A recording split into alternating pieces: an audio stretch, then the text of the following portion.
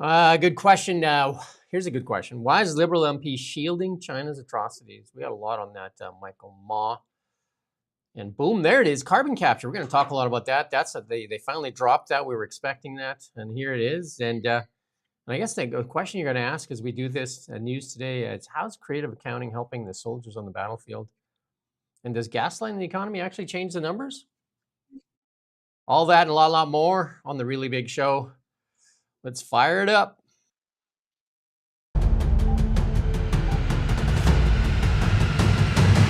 Welcome to the Really Big Show with Jim Check and Ian Burns. We really got to fix that intro. I'm Jim Check. With me, Ian Burns. And kind of a cloudy day here, a little bit overcast here in the central Okanagan, and Ian out there in the nation's capital. We got a really big show. We really do have a really big show. We have Catherine Swift. I think we're going to break and have her join us at 11. She's going to talk economy. And then we have Jennifer Houghton that's going to join us at noon. So we got we got lots on the go today. And we got a really big show as well. So lots to get into. But the big one, the big one here is, if we could put up Michael Ma's face there.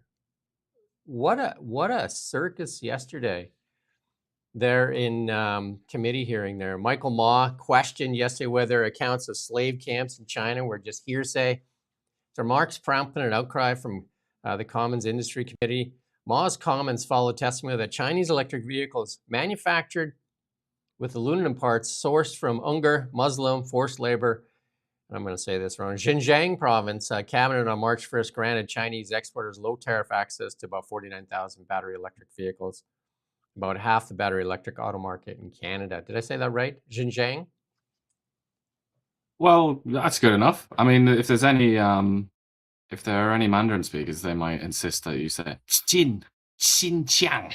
That's how they say it. But we had somebody in the comments complaining that we didn't get Xi's name right. So there are some nerds out there. But you did get Uyghur wrong. That's the name of that group. Uyghur.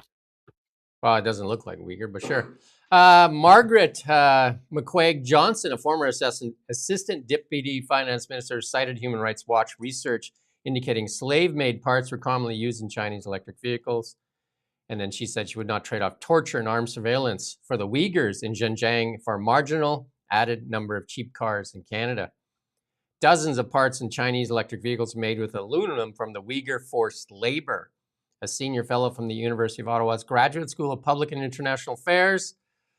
A 2024 report from Human Rights Watch said this includes Chinese brands, but also Western vehicles, including Tesla, Toyota, Volkswagen, and GM, made in China.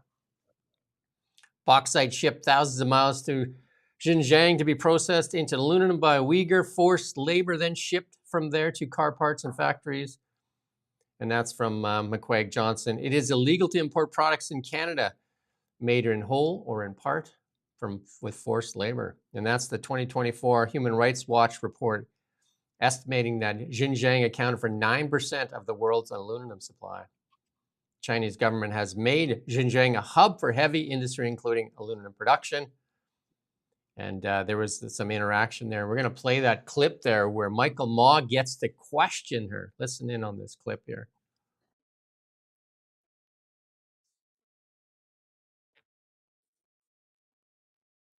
Muted.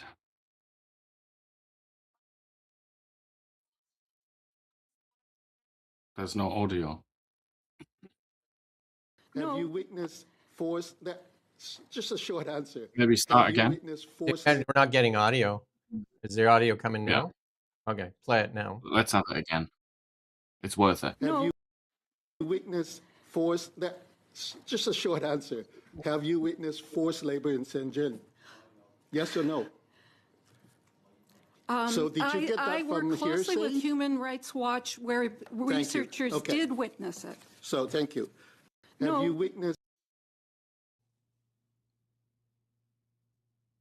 God bless that woman for reacting as logically as she did, because that is just outrageous on a level that it defies. I don't know how you could keep your cool in a situation like that when somebody says something as stupid as that. A member of parliament looking you in the face in a committee hearing in the House of Commons and says something that stupid, how do you react? Like, she just amazed me. Like, I think she deserves a round of applause. And she just gave a perfectly rational answer. I feel like if I was in that situation, I just would have completely lost it. I would have said, did you witness the Second World War, Michael Marr? How do you know that happened then? Did you witness the Black Death? Did you witness Joan of Arc walking around in France? How do you know if any of that happened? What an astoundingly stupid thing to say. It's absolutely... Before we even talk about the moral side of it, and that he's obviously trying to go to bat for the Chinese Communist Party, and it's mass murder and enslavement, what the hell's he doing that for? That's one thing. But just the sheer stupidity and the insulting nature of that. And he also asked her if she had, like, advanced degrees and things. Just like a combination of credentialism and sort of passive-aggressive, like toxic femininity mixed in there. What a dreadful performance. Well, anything to marginalize, minimize, and discredit the testimony, basically. And for why? The question you have to ask is why. And it also comes into question as to, the roots of what's going on with Michael Moore when he crossed the floor, when he met with Chinese officials 3 days prior, and then all of a sudden crossed the floor, and then all of a sudden went to China, and all of a sudden is sitting in committee doing and committing actions like this. You'd have to wonder what's going on. I mean, look, if the Liberal Party was run along moral lines, if it had any principles whatsoever, they would immediately suspend this man for that disgusting performance. Absolutely repulsive, hideous behavior from someone who's new to the party as well. It's like, have they vetted this guy? Do they know who he is? Do they know what he believes? That's not, that's not just a little sort of foible. That's not a peccadillo. That behavior is absolutely vile. That's some of the worst behavior I've ever seen from a Canadian politician. And the media went to bat to get the Air Canada CEO to resign.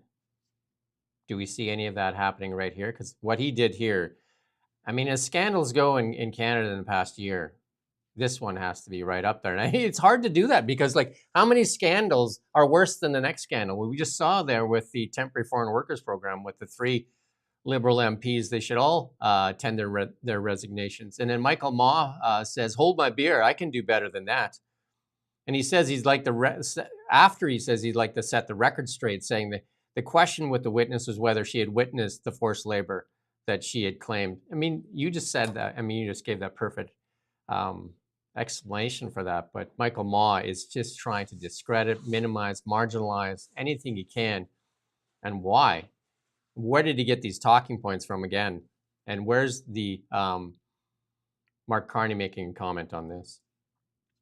Well, Mark Carney made an appearance this morning where he was interviewed at length by none other than a former Liberal minister for one of the longest sit-downs he's done in a kind of media setting in quite some time. Up, right?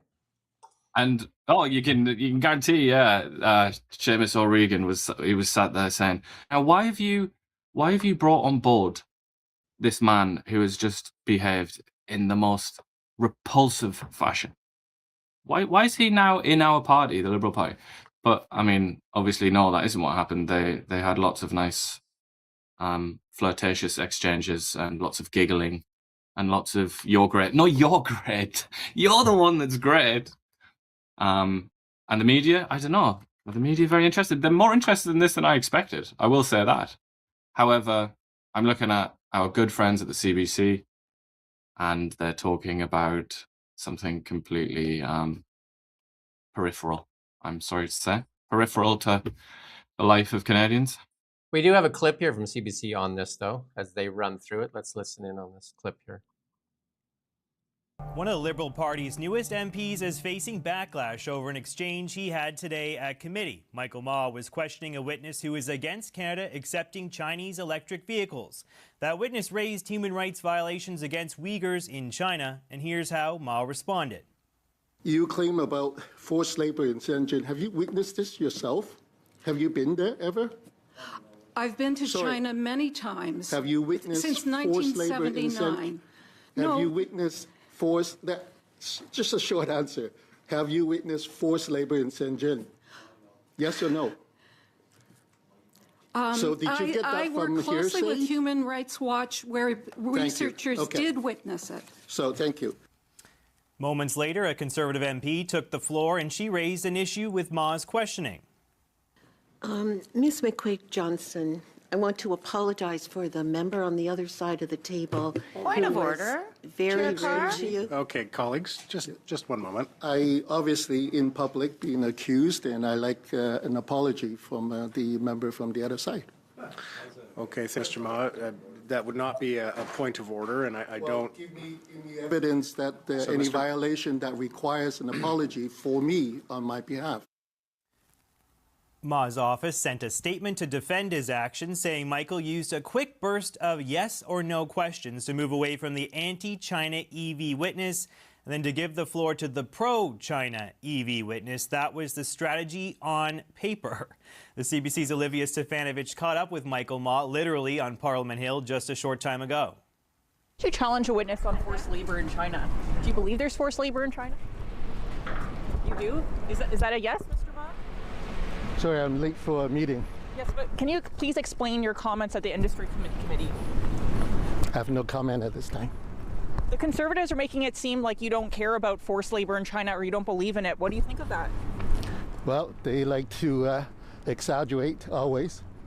Was it really an exaggeration? Do you believe there is forced labor in China? I believe there are forced laborers all over the world. What about China specifically? Well, all over the world. But China specifically? Sorry, I need to run.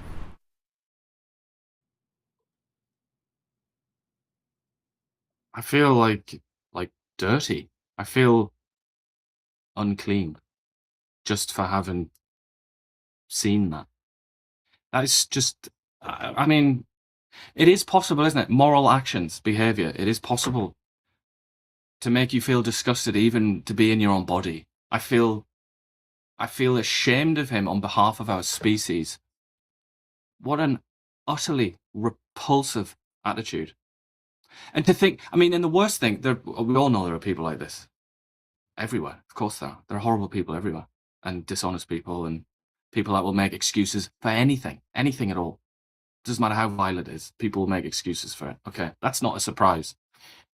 It's the Liberal Party machine that looks at that and says, all right, whatever. We're really close to a majority, so let's forget about this. These people govern your life. These people are in charge of your life, of your country, and this is their moral compass. If that doesn't freak you out a bit, you're really not paying attention. And it wasn't just Michael Ma. If you watch in the committee there's other people defending his actions in there as well, and then trying to get the pro-EV person to do the talking in there. So this is obviously a strategy that they talked about before they went in there. Because you're going to see another clip there where they try to even minimize it even more. It's absolutely crazy. And this is... By the way, we should add here that the Uyghurs are a Turkic people in Western China who are predominantly Muslims.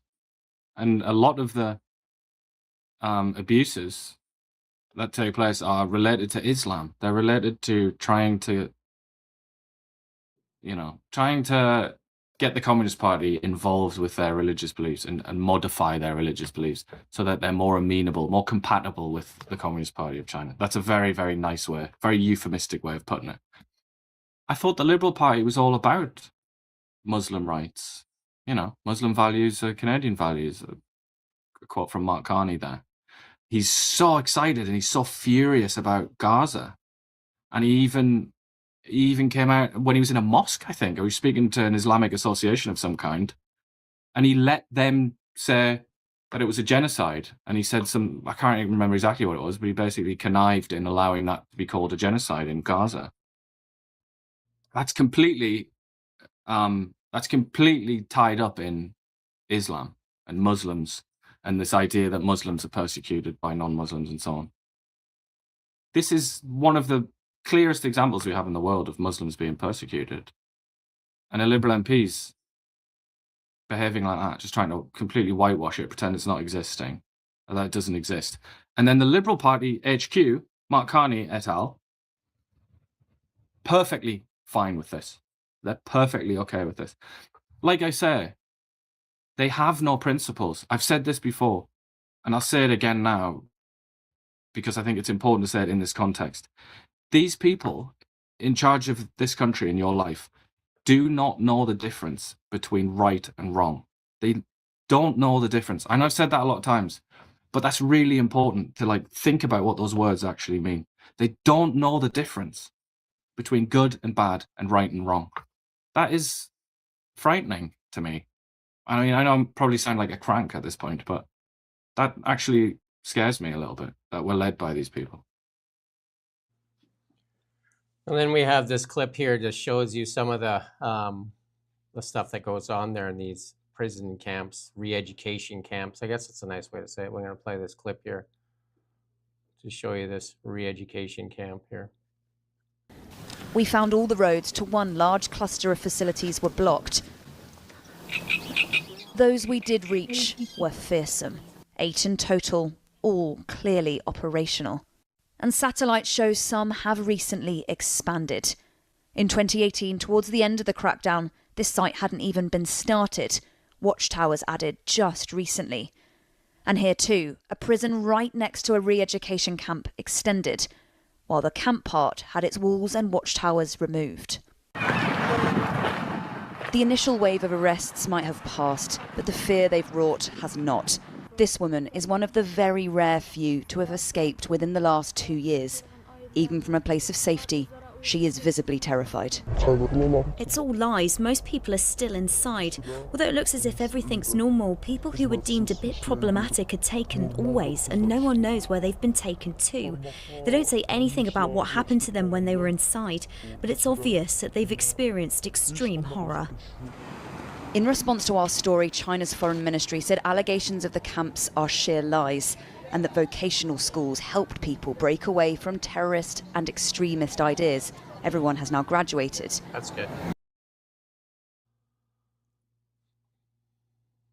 Yeah, most schools have watchtowers, no? And barbed wire and fences. Ian, you got no audio. Ian, you're on mute, I guess. I was fruitlessly furious there. I was ranting to no purpose. I was just going to say, this is old. This is an old story. Anybody that's been paying attention for the last 10 years, at least more than 10 years, knows all about this. This is not new. This is not some like fringe theory of things that are going on. This has been going on for ages. Ages and ages and ages. And Michael Ma's not the only one. He had the goal to do that. I mean, how confident does he feel in his own position that he thinks he can do something now? Michael Ma's not the only one guilty of this, though. Melanie Jolie did it as well. When asked about this, she was asked early on when they did the deal, and she said they're going into with eyes wide open, with guardrails, all this stuff. They're intentionally. Anita Anand, when asked who the security threats are to Canada, didn't talk about China. Like, this is liberal talking points. This is where they're shielding China and pushing it in, and all of these atrocities just lay there bare. And this is it's just because it's what Michael Ma did is just absolutely blatant, right? It's absolutely blatant. That's why it gets more attention than what Jolie did, what Anand did, and Mark Carney himself. When he said that he brought up human rights violations to President Xi, did he? Because the paperwork says he didn't. So Michael Ma, maybe just the obvious scab on this, but it goes a lot deeper than that. Just disgusting. Absolutely rotten, disgusting attitude. Like, the only way to describe how that makes me feel is revulsion. Like seeing a rotting corpse or something like that. That's what that makes me feel like. Because that's what that is, morally speaking.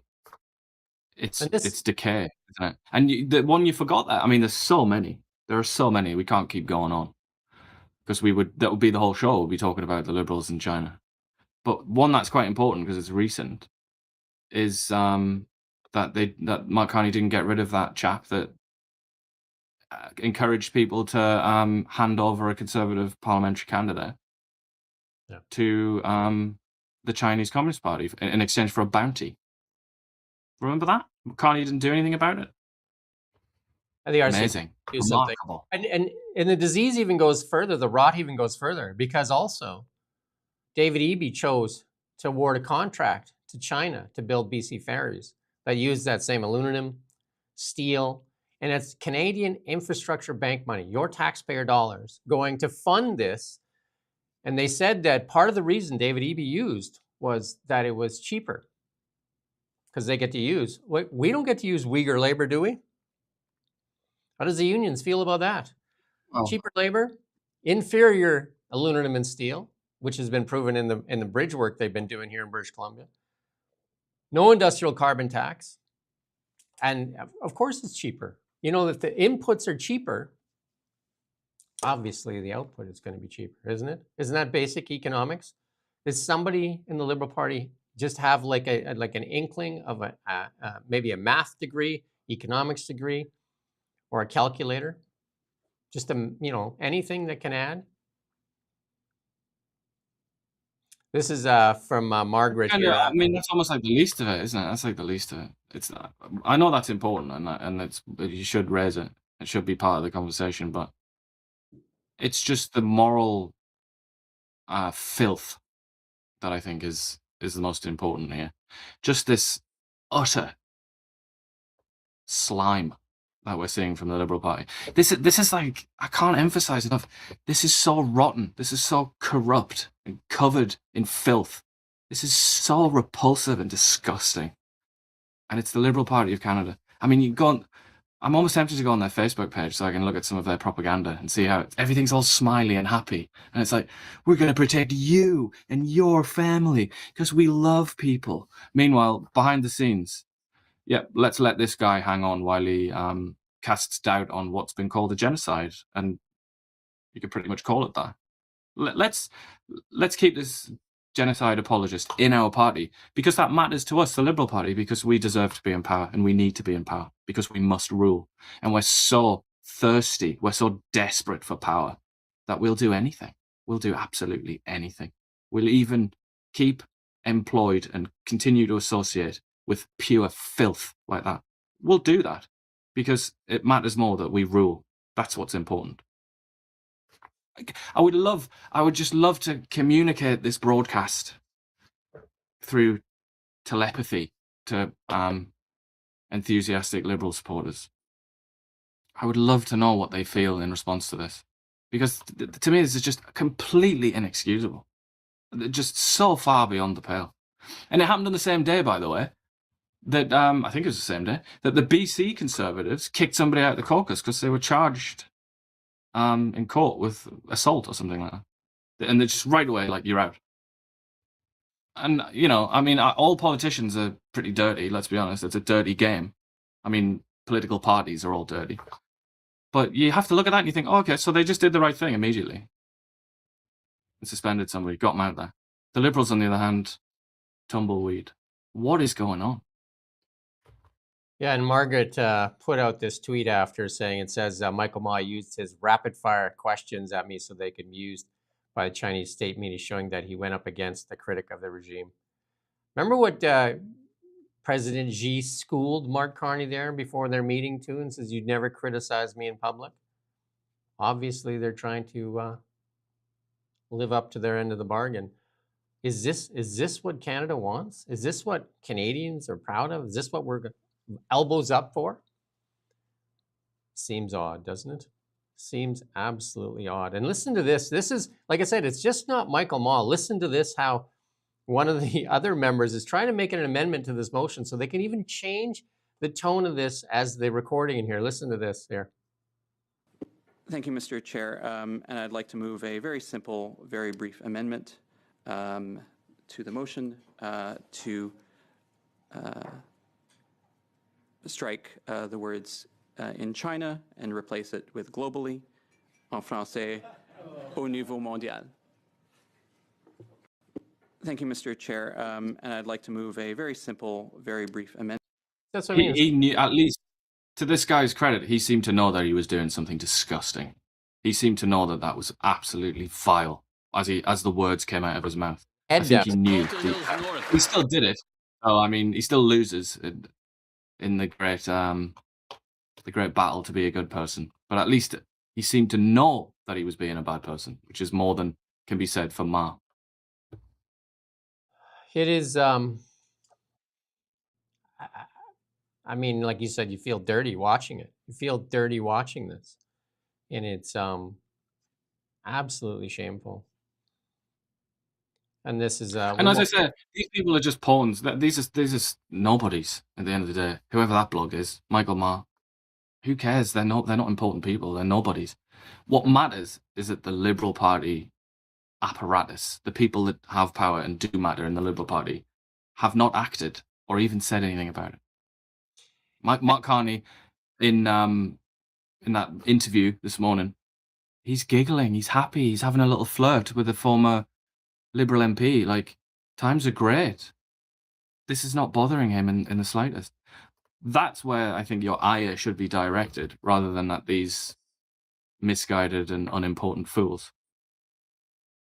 And the other part of this is in 2021, MPs, including Liberals, voted to recognize this genocide, including forced labor of the Uyghurs by the People's Republic of China. All of a sudden, we have Michael Ma and this other person in there defending it. And Anita Nan, Melanie Jolie, Mark Carney.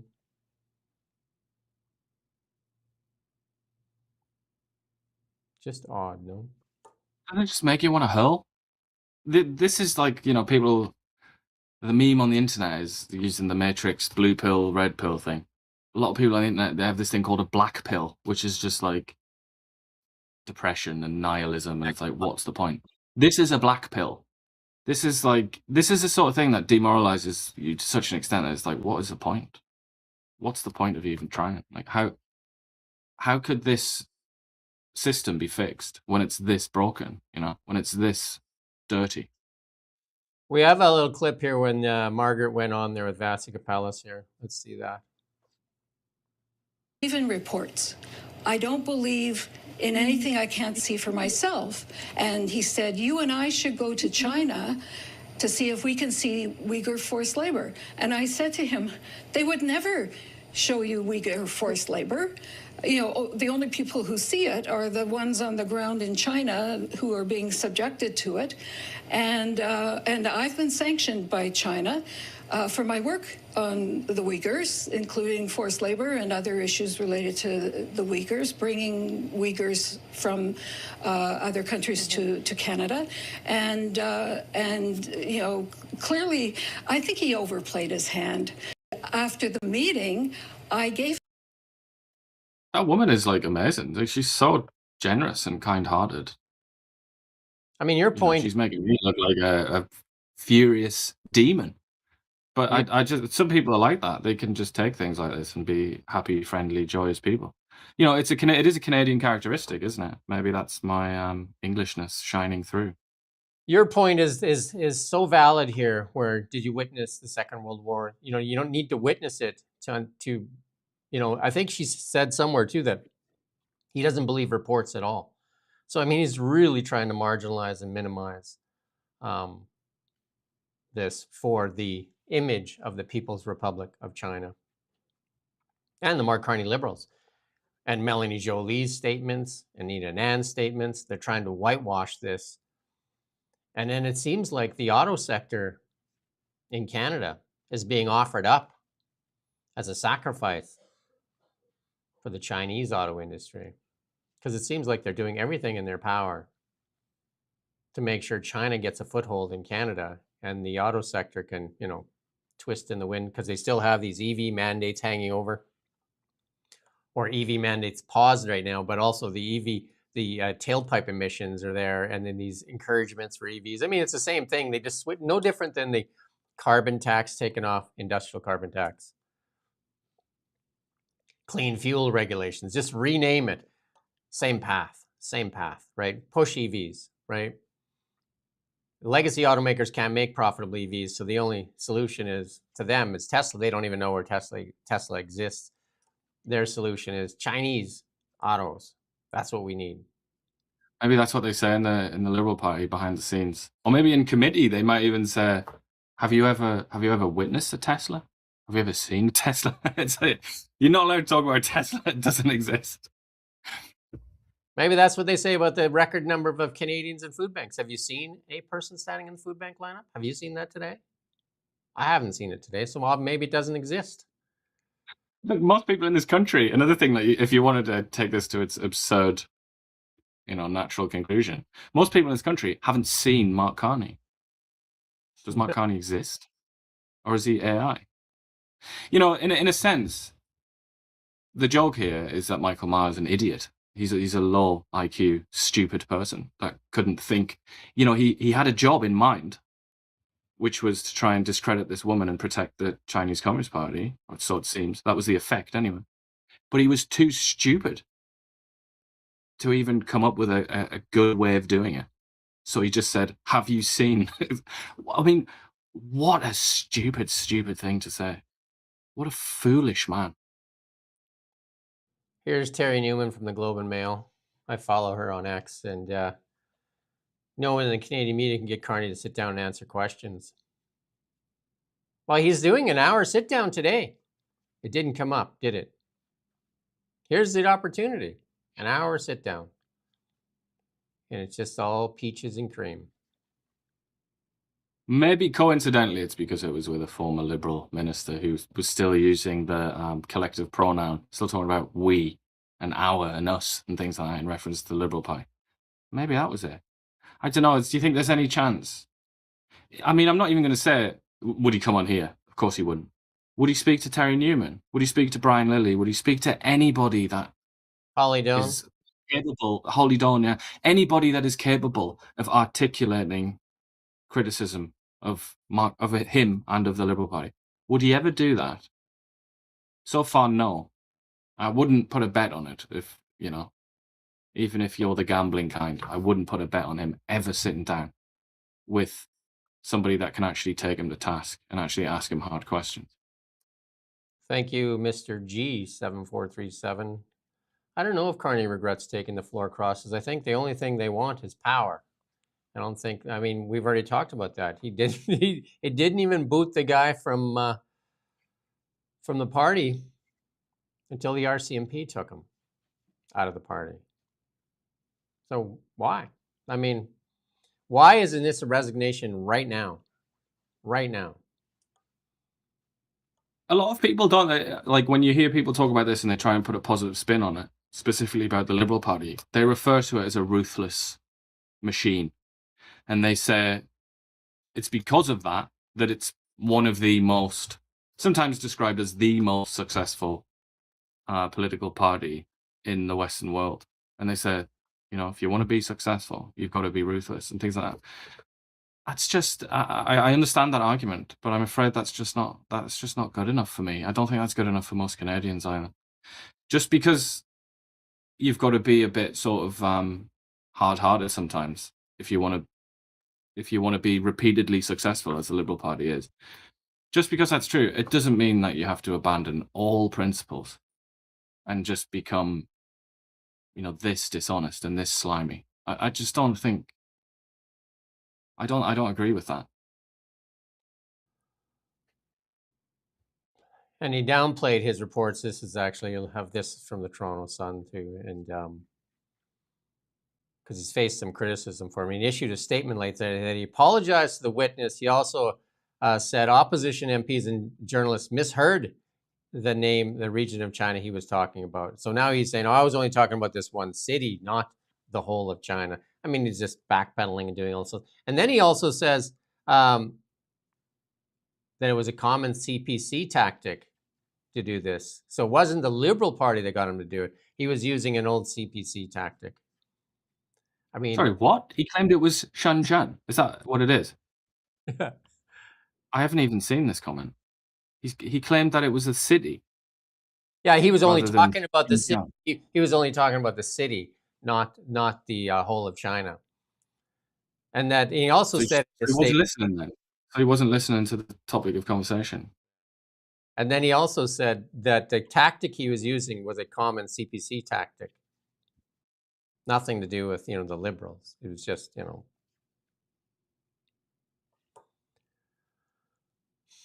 But even if his claim is Shenzhen, which is quite far away from Xinjiang, that's in the south of China, the Pearl River area.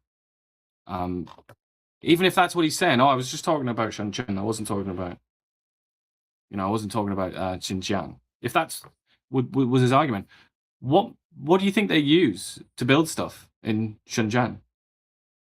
No. Yeah, that's right. Materials from Xinjiang, which are obtained through forced labor. So I mean, even then, that's hardly making up exculpatory.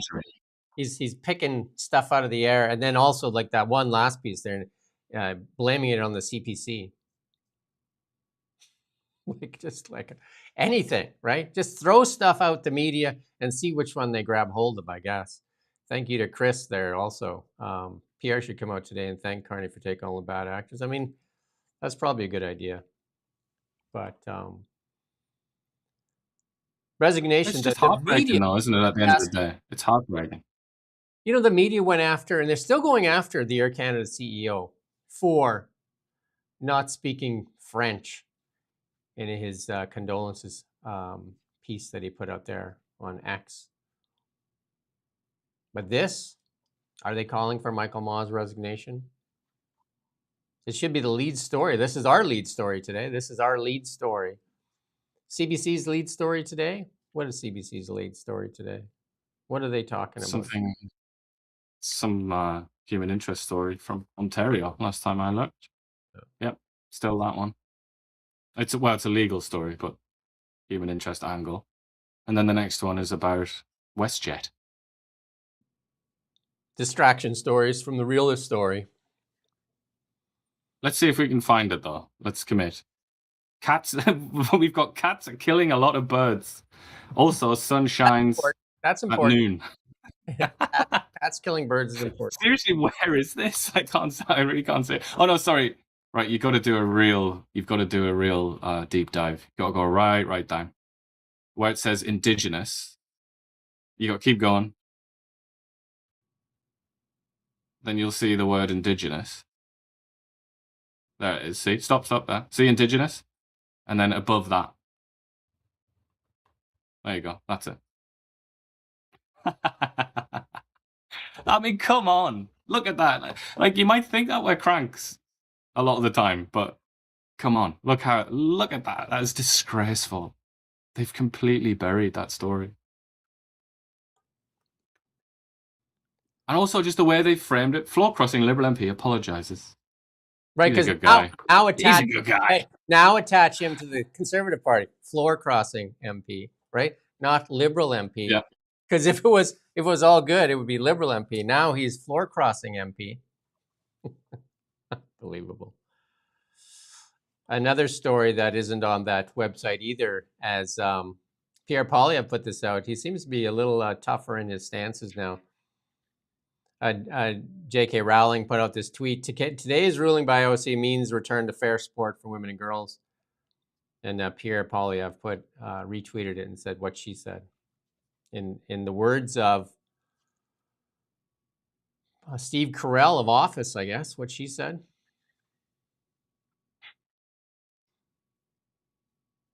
Yeah. Sorry, just while you were looking at that strange image. We're all looking at that strange image now. But I just had a quick little peeky poo at this Canadian Press article on this. And they've now changed the quote.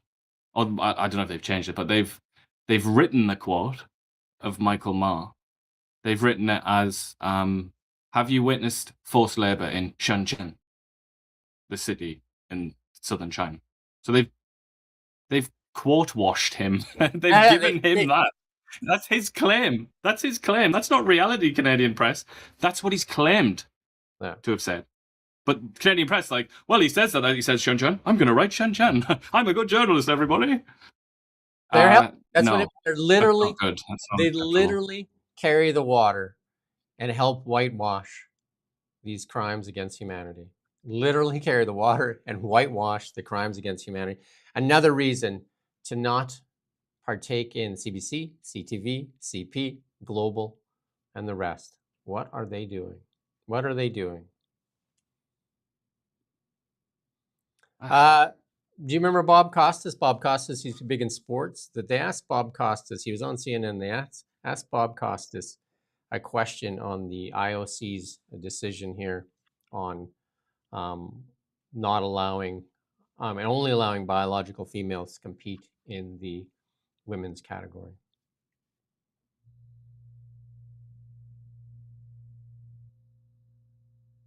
CBC wasn't happy about it, though. I bet not. Okay? Even though, like we said yesterday, BBC seems to understand. The BBC's licked its finger and put it in the air. We're working on playing that clip for you here. There we go. Whoop, almost had it. You were the face of the Olympics for so many years. This news today about the IOC basically banning trans athletes, that there's going to be a genetic test. Yeah. Your reaction to that and this very complicated issue? Give me enough time to address this so I'm not misunderstood.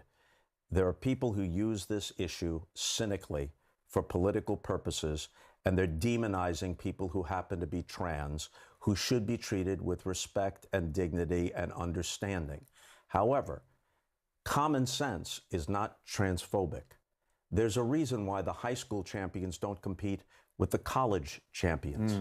There is a reason why no trans man who was once a woman and has become a man has ever competed successfully with men in the Olympics. If Caitlin Clark could play in the NBA, everybody would applaud it. That'd be an incredible thing. But if the last guy on the bench of an NBA team went to the WNBA and started averaging 40 points a game, everyone would know that is BS. There's a reason why Sugar Ray Leonard, who was a contemporary of Mike Tyson, didn't fight Mike Tyson. They were in different weight classes. There is a reason why there are men's and women's sports, and why Title IX was one of the truly progressive pieces of legislation in the best sense of the word progressive under the Nixon administration. It changed everything. I had a sister who never played a single organized sport. One generation later, 2 children of my own.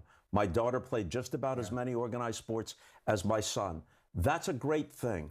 It doesn't make any sense to have a swimmer who was the 472nd ranked swimmer when he was a man at Penn, either winning or coming close to winning against women a year and a half after transitioning. If that's what the person wants to do, that person should be treated with dignity and respect. But there ought to be common sense, and common sense is not transphobic. And this policy is common sense. Yes, this policy.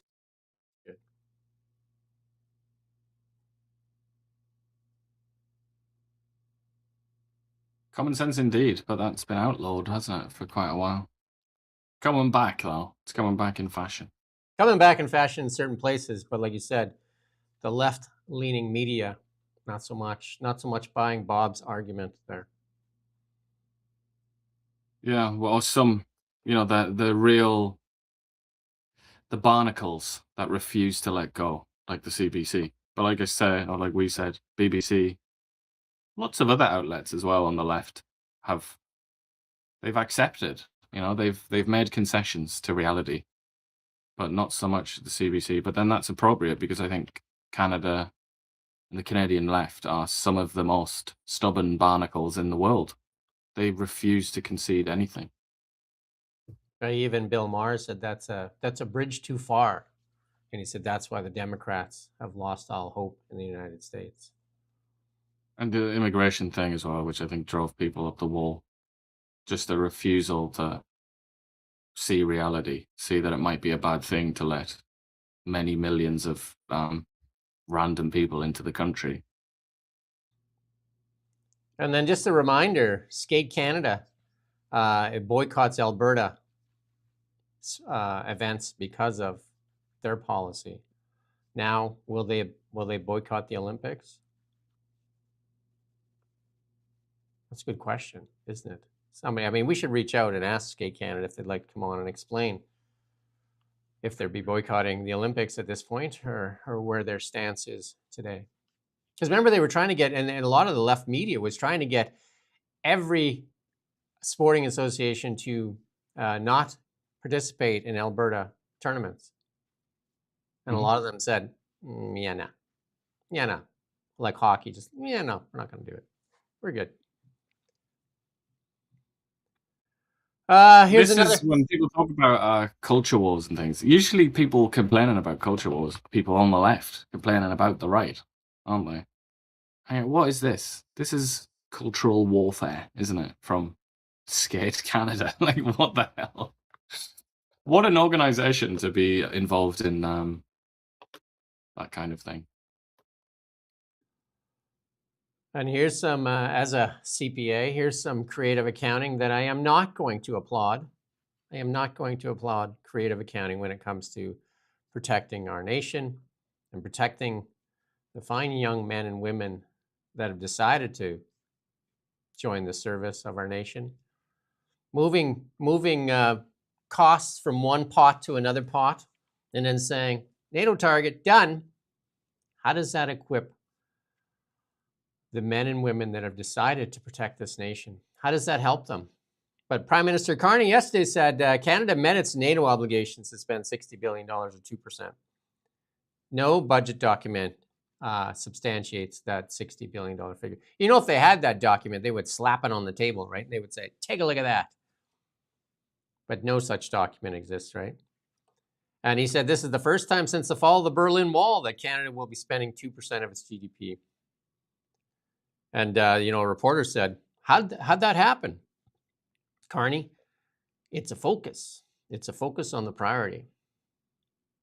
Francois Philippe Champagne says, no, we move stuff from here to here.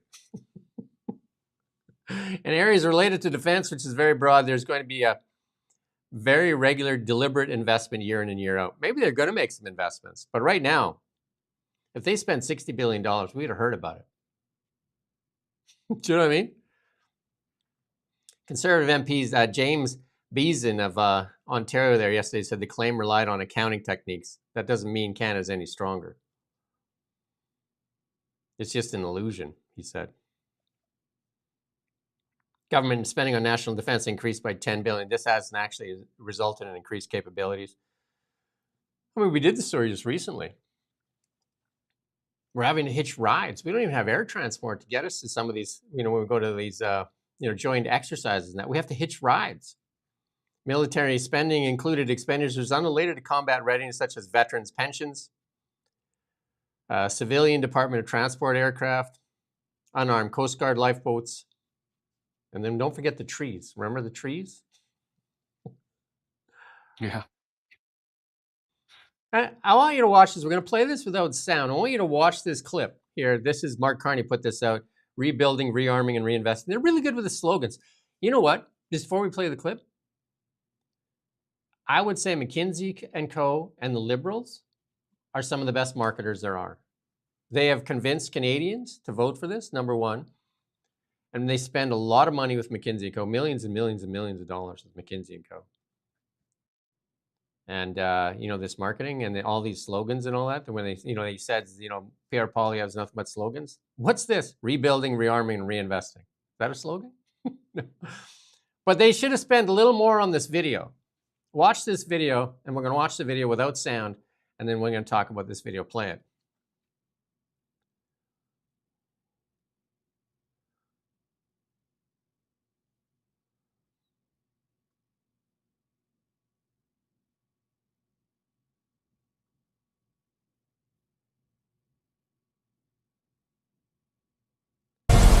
Yeah, that's good.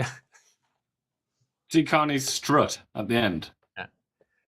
Yeah. I mean, think about this video. And then if we don't have one, I should have got one. And then compare it to an American recruitment video. Tight shots is what you do when you don't have anything to show. Tight shots is what you do. And then you have Mark Carney swaggering next to General crying my eyes out there. And then you have tight shots. Generals to communicate in the language spoken by the majority of the soldiers under her command. That one. And then you show a COVID mask again. What? But also, did you see, you talk about tight shots.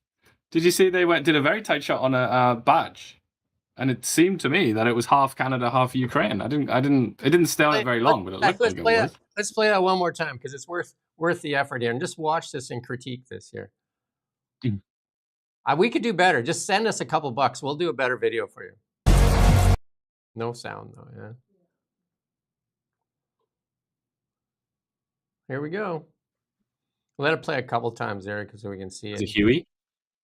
Yeah. There you go. It is. That is the. That was a Ukrainian soldier, I think. I don't think that was a. I don't think that was even a Canadian soldier. Pause it on that if we can once it gets back there here.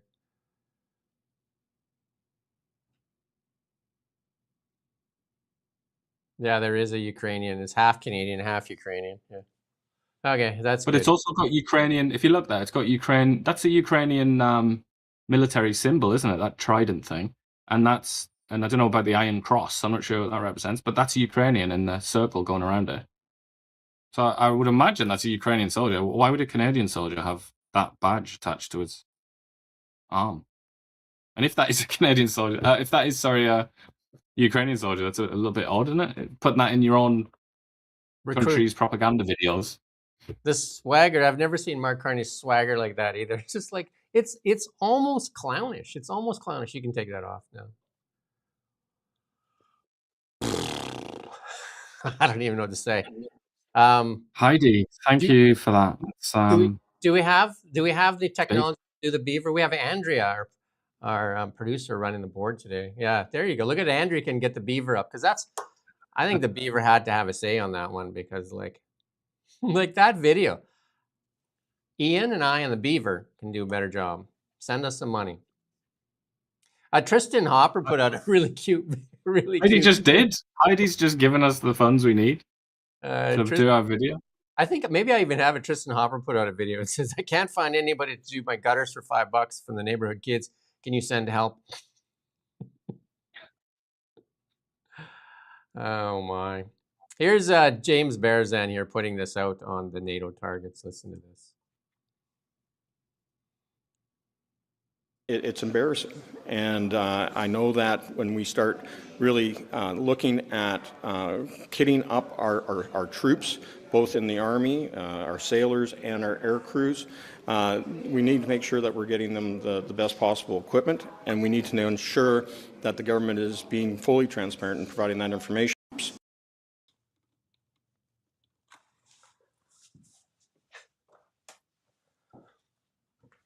He's back. That was like Houdini was caught mid-act as he was like trying to separate himself. How do you make a rap? Houdini. Hey, our tech budget, again, slightly lower than the $1.6 billion that the CBC gets to work with. My laptop is running out of power. There was not enough dilithium crystals in it. We didn't load it. Well, anyway, I think we have four subs. By all accounts, it sounds like one works. I think we have 80 aircraft, fighter jets. I think only 40 work. We have not much of a Navy to speak of. We have a Coast Guard that refuses to arm itself. We have they tried to get all the federal employees to join, because that's how they're trying to move them in there, the Creative Academy. They were trying to get all the federal employees to be in the reserve so they can move all their dollars in there. And they said, hell no.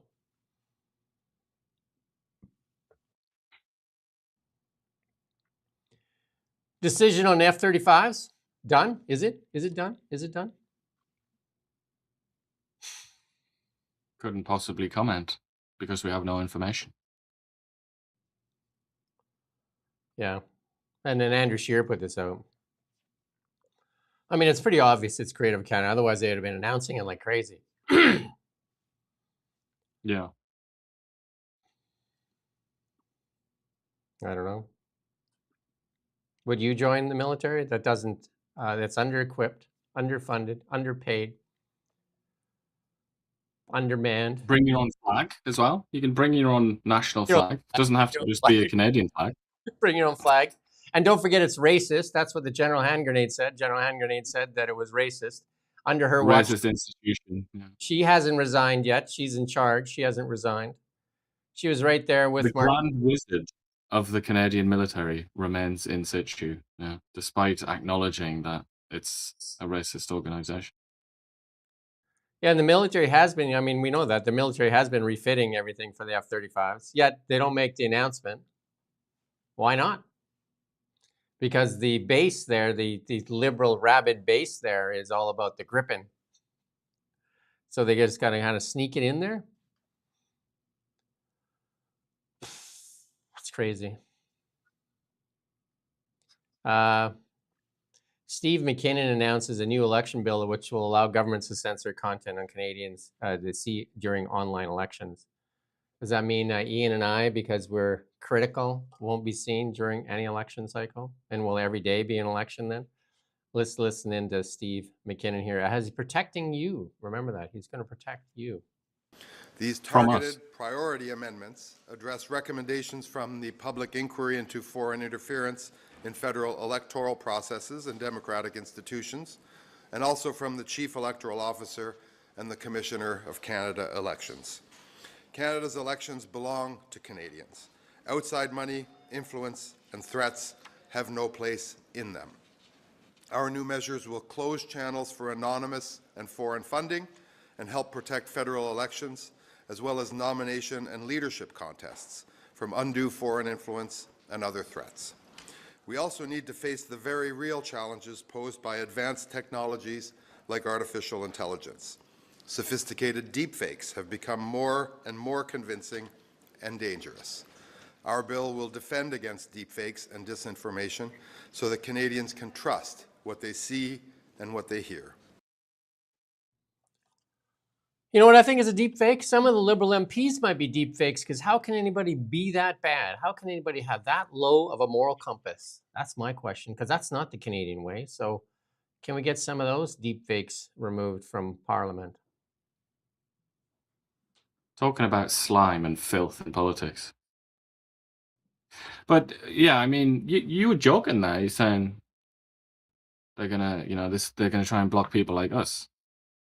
Yeah, I mean, I reckon that's possible. And as this says here, whoever this is in this tweet says the number one source of misinformation during any given week is the government, and it's not even a close contest. I enthusiastically, vigorously agree with that. That is completely true. And you're looking at one of the great proponents of misinformation in our society right there, that man who's telling us about fighting against misinformation. What do? What are we supposed to do? Should we just retreat into an attic and start writing like novels like George Orwell, write 1984? Is that what we do to remain sane here? Because this is, we're starting to go like through the looking glass. We're going into another reality here. And I have to confess, I read that Canadian, with one of my dolphin eyes, I read that Canadian Press article about Michael Maher. And I advise everybody to do it. Read the Canadian Press article. It's on most websites. I read it on CTV. Just make sure it says the Canadian Press at the top, and it doesn't have a byline from whatever publication it is. It'll be obvious. But read that article. It's astonishing. The whole article is about a misunderstanding, and it says once Michael Maher corrected the misunderstanding. And it continues in that way. So it's just completely swallowed his line. Just completely taken it on faith. Taken his claim on faith and then presented it as fact. That's the Canadian Press that's legit media, guys. That's the serious media. Like, if you want truth, go there. And Steve McKinnon will ensure to protect them. They won't be affected by anything like this. But anybody that perhaps has a criticism of the Canadian Press's inaccurate reporting, like us, for example, we're dodgy. You need to be protected from people like us. This is nuts. And this is sinister. It's beyond just nuts. This is dark. This is very, very dark. And we used to carry Canadian Press, I don't know, for 8-9 years, a long time we carried CP articles, and we pointed out to them how many times articles like this And we said, we can, and I've had discussions with their people, and I said, we can't continue to do this if this is the stuff, and they denied it, and we pointed it out. I've sent emails to them. And then Ian even asked to interview their editor. And that's when we terminated our relationship. So, because well, he didn't respond, did he? Yeah. But that's the thing he didn't respond to is when I asked him. I asked the news editor in a very, very friendly and polite way. I'm sure you will back me up on that. It was very, very friendly. Yeah, it very was kind, very well. sweet, very cute. There was no aggression. There was no belligerence whatsoever. I just said, look, I'm a little bit concerned about this particular reporter who keeps publishing stories about Bill C-18, the Online News Act, that are not balanced according to your own editorial code. I think I even cited his own code. Said like this, see this bit, like really, and not in a kind of antagonistic way. I've maybe made it sound more antagonistic than it actually was. No response. I mean, that is responsible people in responsible institutions. And That's Canada strong. We paid for that service. We supported the CP for, like I said, 8-9 years. I don't even know how long. We paid for that service. And because you kind of have to, because there's no alternative. Yeah. You know, they And, have a lot of power and influence. I mean, most people out there in real life don't know anything about that agency. here's but their power. they Here's have their a lot power. of influence. Their power is CP writes a story, and we used to carry it. We would put it up. CTV puts it up. Global puts it out. CBC even uses it. You know what I mean? Like it's carried by all the outlets, and even sometimes the Americans will pick it up. So CP is like a service, right? CP is like a service, even though they have their own website and stuff. But they're a service that other media outlets buy into because the newsrooms in Canada have been gutted. They've been literally gutted. So in Kelowna, for instance, almost every outlet other than us right now, we're the only ones not carrying it, will have the same identical story. That'll be Castanet, and that'll be like Kelowna Cap News, and it'll be Infotel, and all the rest of them will carry that same story, and they'll put that out there like it's the truth. When you watched it with your own eyes, you know it's not the truth. You heard what Michael Moss said, but people will eat that as the truth because they are Canada's trusted news source. They're basically Canada's news service, right? And they're very much inside of the tent. Yeah. You know, they're not, they're part of the gang, very much. Here's another one. They promise savings in all these departments. And I don't know if we won't play the clip just in the interest of time because we do have Catherine Swift joining us at 11. We're going to do a hard stop and then re-kick it. But they promise savings, and now it's going to have a bigger deficit, and 64 departments will spend more next year than they did this year. And that was the former PBO calling that stupefying, shocking. And then they made sure that he didn't get the job. I'm just like, you go to the silence room, you go to the quiet room, because you don't know how to shut up. And just like you thought you'd seen enough of Karina Gold, here she is in committee. Listen to Karina. It's almost like they're in a college fraternity. Do you know what I mean? Like listen into this here. How because the Conservatives want to put a motion forward to stop the alcohol tax on April 1. But this is what they do instead. Listen, you got to listen carefully. We might have to repeat it because it's quiet. We're voting to adjourn. Okay, go ahead. Yeah. Motion, you have time for more questions. No, I'll filibuster for the entire day, guys. There's no way we're voting on this. I'm sorry. To adjourn the meeting, Mr. Turnbull? I vote yes to adjourn the meeting. We're voting to adjourn. So Karina Gold there and Ryan Turnbull are very happy with themselves. Conservatives want to put a motion on the floor to stop the increase in the alcohol tax on April 1. And they said, I don't know if you could hear it or not, we'll just filibuster for the rest of the day so you can't have that vote. And then Karina Gold in her little happy little face, like she's running she's running this, right? She's like, do you know what I mean? They don't care. They just literally don't care. It's like they're at like some college school class and they know they have the power over the rest of the people. In society or something, yeah. It's absolutely. But also, we have to bear in mind, it's hard, isn't it, right? It's hard to do that. It's been hard for the last year to bear this in mind, the way they've been acting. But this is still a minority government. Yeah, wait. And that is the your favorite word, hauteur. What's it going to be like when they and they don't even have to play. They don't have to pretend anymore when they have the majority, and they can just shut everyone and everything up. Yeah, you can help us make sure, like if they try to do things that silence YouTube channels and stuff like that, because they already took away our Facebook and our Instagram. They took that away from us because we had an audience of 200,000. They took that away from us. And if they try to take this away from us, we're on Rumble now, we're on TikTok, we're on Instagram, or I think we're going to start an Instagram. We're on different channels, but you can help make this bigger and bigger, right? You can actually help this. We're getting tons of more interviews, right? Like we're actually so booked out for the next little while. It's great. Jeff Moyse is going to join us next week. We just got to fit him in. And Jeff Moyse has got another person that wants to join us too on the Land Act here in British Columbia. So we're getting people reaching out to us now, which is absolutely great.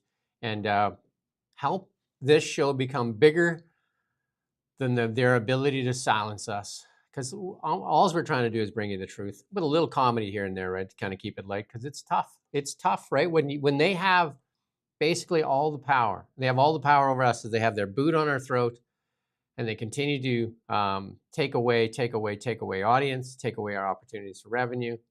And all we have is you, really. That's all we have. And you get to decide. You have the most power.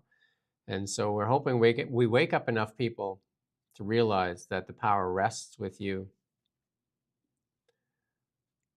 And here's Brian Lilly, another one of these journalists that fights into the wind. And here's more of and Andy Lee, another independent journalist. This is the independents doing this. Canadian taxpayers paid $25 million to enhance the adoption of gender-responsive, inclusive, nature-based solutions for climate change adaptation in the Guinean forests of West Africa. Why not? Hey? What? Let's translate, shall we? Yeah, please help me. I'm not sure.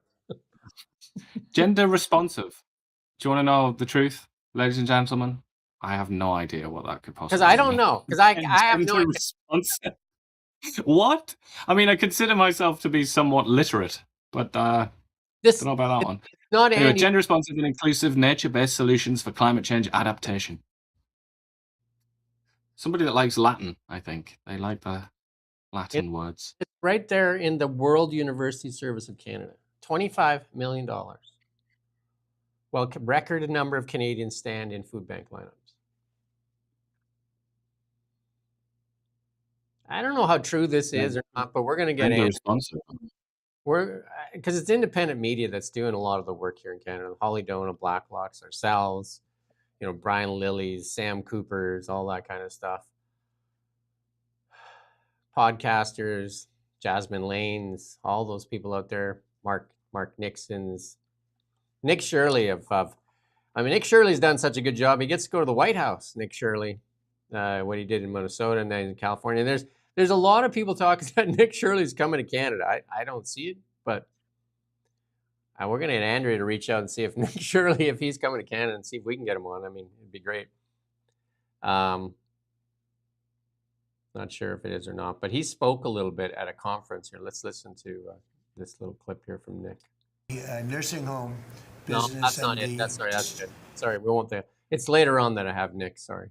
But let's talk economy, because that's the big thing for Canadians. Most Canadians suffering. Talking economies, and you put this clip in here, so I'll let you lay out the groundwork for it. This is, we were talking about how he was having that very friendly chat with a former Liberal minister in somewhere in Nova Scotia, I think, isn't it? Yeah. Somewhere in the Maritimes. Yeah. Anyway, and this was his speech, and I just wanted to highlight this one bit, because you might think I'm a pedant, but once again, as I've written here, Mark Carney versus basic economic facts. Let's go. Let's take it away. We'll just wait for that to end anyway. The pleb reached out to Nick Shirley, and apparently he's coming.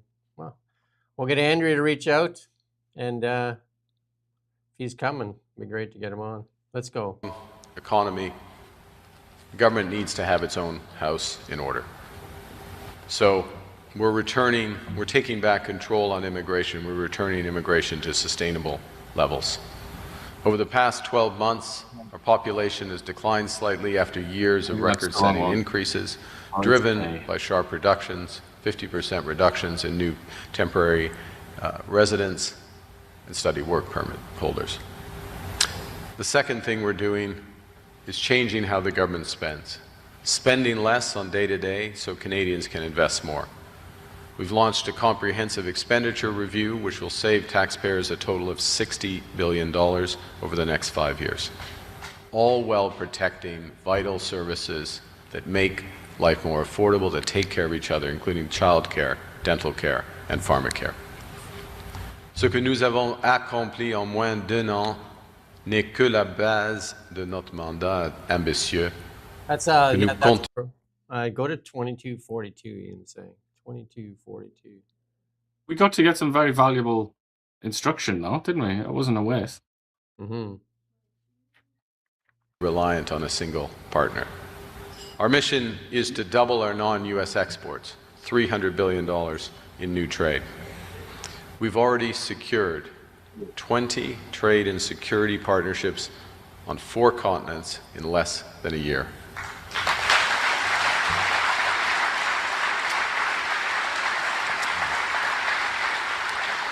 And that includes an agreement with China, which will unlock more than $7 billion in export markets for Canadian farmers, ranchers, lobster harvesters, and agri-food workers across this country. To test out the product, I will be in southwest Nova Scotia later today with one of our newest Liberal MPs, Chris D'Entremont, meeting the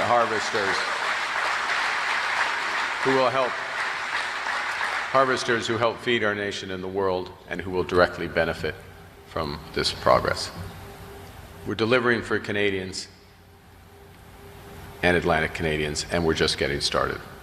We're negotiating trade pacts with India, with ASEAN, 20% of global GDP, and Mercosur. Now, there you go. Sorry to I went a bit too early there, so I'm sorry to everybody who's offended by that. It was a lot of Mark Carney, I know. But the bit that we wanted to hear there was ASEAN, which represents 20% of world GDP. It's not the only time he's made that claim. I think this is now either number 2 or number 3. So what I'm going to say, rather than taking my word for it, go to our good friend Google or your preferred search engine and type into that search engine, world GDP. It's going to come out and it's going to tell you that the estimated world GDP in 2025 is something like $117 trillion. Okay, remember that, $117 trillion. Then type in ASEAN, which is ASEAN. It's like a block, an economic block. ASEAN GDP. Estimated to be something like a little under 4 trillion. Ladies and gentlemen, is 4 trillion 20% of 117 trillion? Mathematics not necessarily my strong subject. However, I doubt that very much. Somehow that's not true. They don't quite fit.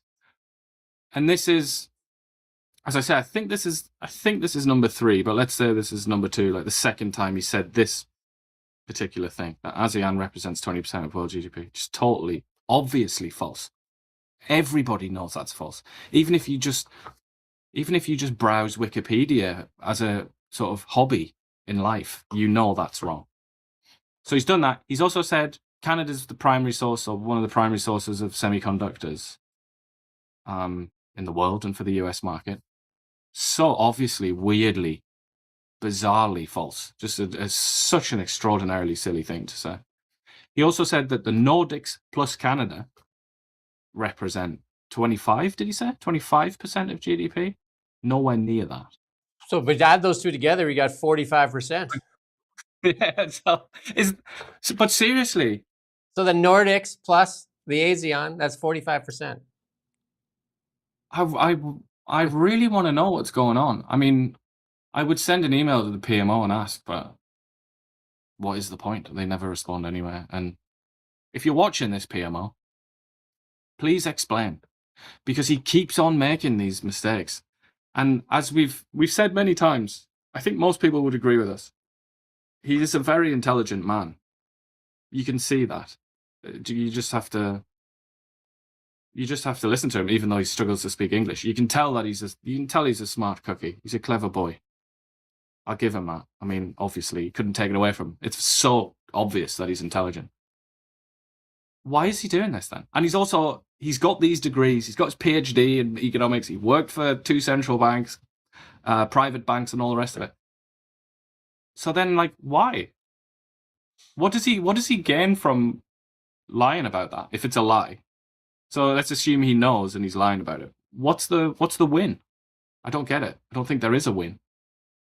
What's the point of that? Because it makes it sound like we've got these really like rich friends. I don't think that's going to get you much. So what's going on? Does he just not know this? And if that's true, how could he not know that? The combination of being an economics expert and being very intelligent, how could you not know a basic economic fact like that? I would have to say, I really have no idea. I honestly I can't tell you an answer. I don't know why he's doing it. I'll give him one thing. He seems way more comfortable up there in saying these things. You know what I mean? Like, when he said, I'm not a politician, he has graduated quite well to be one of the more, out of the Keir Starmer, Macron, Albanese, he's definitely elbowed his way to the front of that group of people that can stand up there with a straight face and say things that may not be true. And because he in here in Canada, in England, there's a media that would go after him if he did what he did there. In France, 100%. The same thing. In France, the same thing. You couldn't get away with it. Even in Australia, they have media that is way more aggressive. In Canada, it is one of the, and we've talked to some people, Canada has one of the weakest medias for political power in the world for a democracy, because they have state-funded the ones and selected them to have access, and they barely give them access. If you look at the times that Mark Carney actually sits down and talks to people, look at this Michael Moss story. He should be answering to the media right now. Could Keir Starmer, if this happened in England right now, would Keir Starmer not be facing the wrath of the media in England right now? But also, you're right to say the media, because in England, the media wouldn't receive a written statement from Michael Ma saying, oh, no, actually, I didn't say Xinjiang, even though we were talking about Xinjiang. I said Shenzhen, right? The media in Britain wouldn't receive that statement and then say, get on the phones, be like, all right, journalists, change all the stories. We want to make sure it says Shenzhen in there, yeah, and he's just corrected it, and everybody's been under a misunderstanding, yeah. That would never happen in England, because they have that thing. Watch our Chris Sims interview. She's got that knack. She's got that instinct of a journalist, which is you don't just swallow what you're told by people in power. Everything is up for debate. Everything is questionable. Everything is to be doubted, especially if a politician says it. That's especially when you should doubt it. But they've just taken that written statement from an MP in the middle of a scandal and said, oh, okay, well, I'm just going to change my entire story to reflect precisely what you've said. I'm going to take everything that you've said as truth, and I'm going to change my story now. You wonder why we say what we say about the weakness of the Canadian media. There you go. Look no further than that. And it all comes down to the gullible public. The longer you take it, the longer it'll last. The longer you take it, the longer it'll last. The only thing you can do is take their voice away. Unfollow CBC, unfollow CTV, Global, CP, all of them. Just unfollow them. And if they run CP feeds, unfollow them. Stop reading them. If they still run CP feeds, just stop using them. Because that's the only way they will learn. Because if you cut off their money supply, they will learn. Well, you can also send emails. I think when we interviewed Tracy Gray yesterday, that was one of the things she said, wasn't it? Like, a few people have said that to us. Yeah. Send letters, send emails to people in positions of power. Like, you'd be surprised by how often they read them. It's better. It's better than nothing, anyway. In the interest of time, we're going to skip a few things, but that was Peter Navarro saying that the problem with Canada in Great Britain is that they got a lot of people that just dislike Trump and like they get to use it as a weapon on their public, and they do. We've seen that. You can put up that next slide there, but we won't play the clip though, just in the interest of time. Pierre Poilievre, I mean, Mark Carney stood up on the stage there and he talked about all his accolades. You can put that next slide up. Talked about all the accolades, the 20 signed deals. What signed deals? MOUs are not signed deals. You know, the Australian deal that they signed, it says if conditions change they're conducive to investing, we'll invest. That's a deal? How's that a deal? That's like saying you will get a raise if you can meet these criteria in the next 10 years. You're just like, you take that home to your wife or your partner and you say, look, I got a raise. And she looks at it and says, where's the raise part? Where is it going to show up in your check next week? No. Once I meet all these deals, I get it. You're incapable of doing all this because you're lazy. Oh, right? Oh. And in Canada's case, because your bureaucracy is choking everything. Oh, okay. Pierre Poilievre, a little less conversation in Elvis song. He's quoting all these movie stars and singers now because he's got a little less conversation, a little more action, please. That's a song from Elvis there. We have a shrinking economy in the G7, worse food inflation in the G7. So he stands up there on that stage right there. You just watched him on the stage touting all these accomplishments. Then he sits down with this former Liberal. And did he get challenged on any of that? No, it's like, oh my God.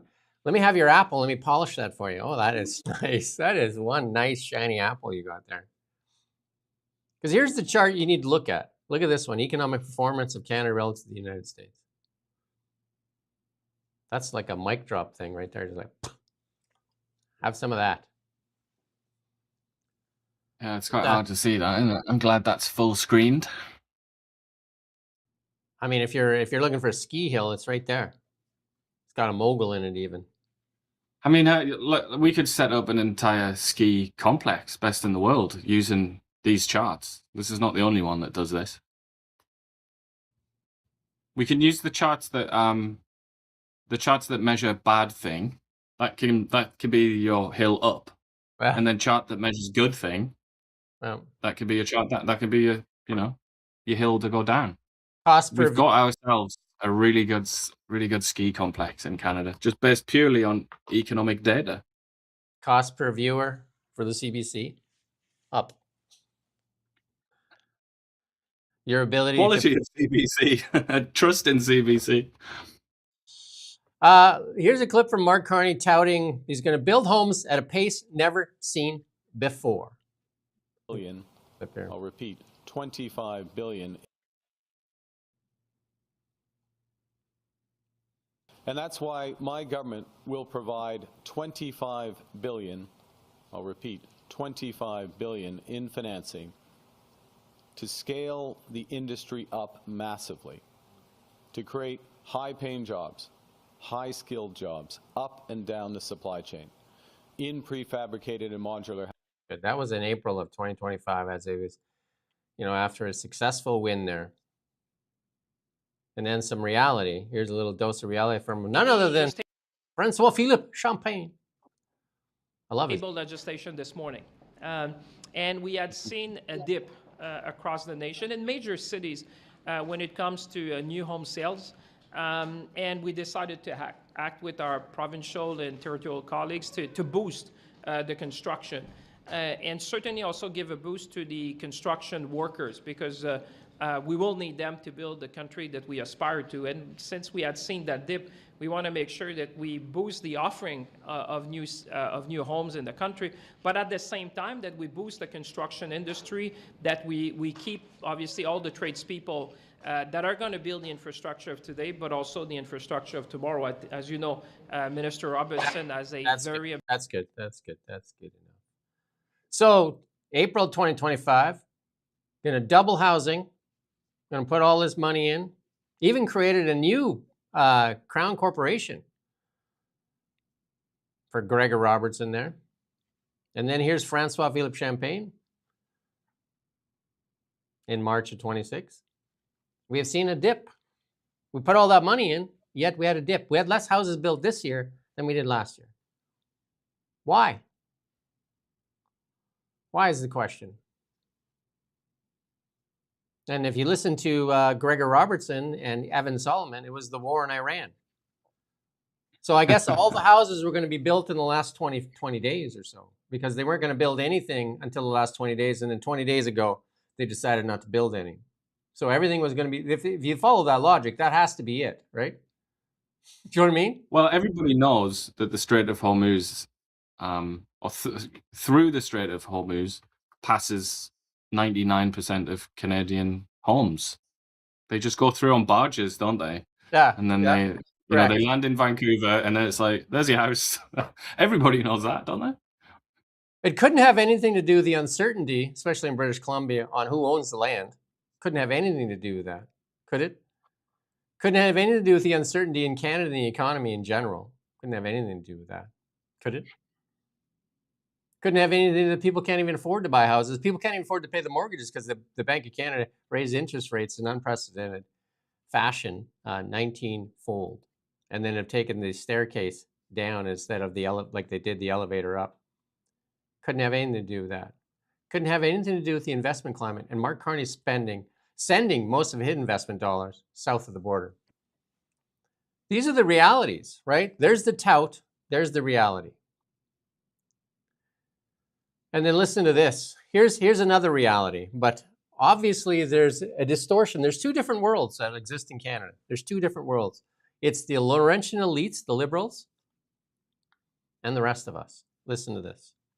Speaker, a grocery store worker in Haldeman, Norfolk contacted my office to say that $120 used to buy 5 bags of groceries. Now it barely fills 1.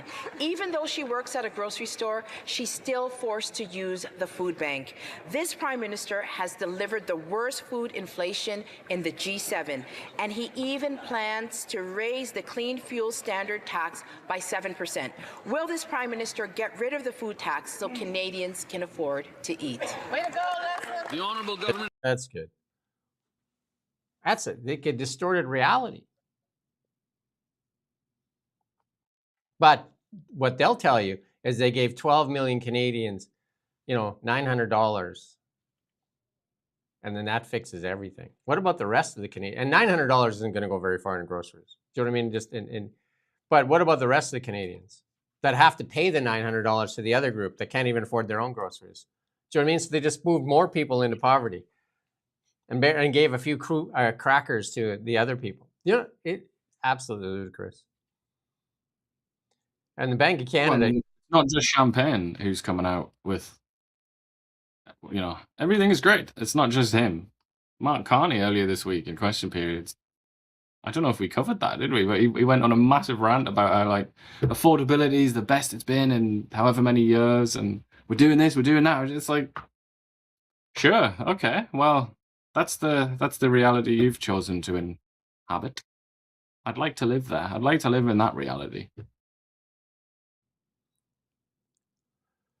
Yeah, Bank of Canada. The Deputy Governor admits COVID-19 failures, warns next 5 years may not be much calmer. Well, I mean, Tiff Macklin said just recently, it could be a nightmare scenario here for Canada. We showed you what the OECD says, but listen to the Liberals, and it's nothing but roses. I don't know who they're talking to, because they're not talking to the majority of Canadians. And she delivered a bleak message to Canadians. She said that Canadians have faced a lot of economic upheaval over the last 5 years, and the next 5 may not be much calmer. She also conceded that, like most central banks around the world, we underestimated how high and how persistent inflation would become after the pandemic. No, you caused it. You were part of the problem. You guys printed money because Justin Trudeau asked for it, and you just let her go. You just put the pedal to the metal and doled out money like it was crazy, and then ramped up inflation, and all the while denying that there was inflation. And then you went to it's transitory. How long did you stick to transitory? And then you said there's some inflation. And then you said, oh my God, the sky's falling. Inflation is so bad. That was after it was really bad. Do you know what I mean? and then you said you had to do this. Like, how Tiff Macklin still has his job is beyond me. How any of them still have their jobs is beyond me. How anybody voted for this is still beyond me. And here's another thing, if you want some reality here. Here's a Ontario fast food joint that doesn't hire any temporary foreign workers. I'm going to play this clip.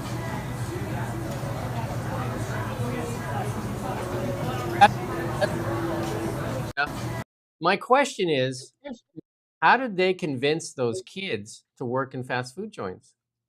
Because apparently everybody refuses to work in fast food joints. Tim Hortons says they can't get any kids to work in fast food places. How did they do it? Boggles the mind, doesn't it? They need to go in and steal their intellectual property, figure out how they did it, steal the plan. They must have the schematics lying around somewhere. As we have almost 20% youth unemployment here in Canada. Look at this. Look at this picture. Almost 20% youth unemployment. And Tim Hortons and A&W and in telecom and the likes of them tell you they can't hire. Canadian kids refuse to work at fast food joints. Pay them more, Tim Hortons. And you have a voice. Well, you have power. treat them well. Yeah, You know, you have treat the them power. nicely. Everybody watching, you have the power. Just say, no thanks, Tim. No thanks, Tim's. No thanks, A&W. Choke on your burger. No thank you. Not interested. Not interested. Yeah, if I was, my dream job, if I could do something for Canada, would be either Bank of Canada, finance minister of either the province or and I could show you what would get done. Finance minister for the province or finance minister of the country, and I could show you how to turn stuff around. I thought you were going to say your dream job would be to work in Tim Hortons. Though it seemed to be the natural follow-on. My follow-up job, if things don't change, is astronaut to anywhere.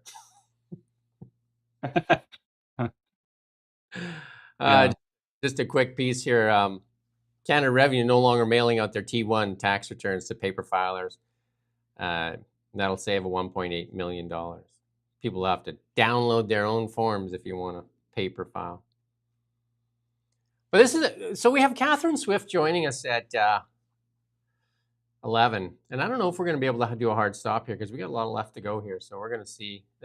Maybe Andrea, if you could just email and say, are you able to come in on a like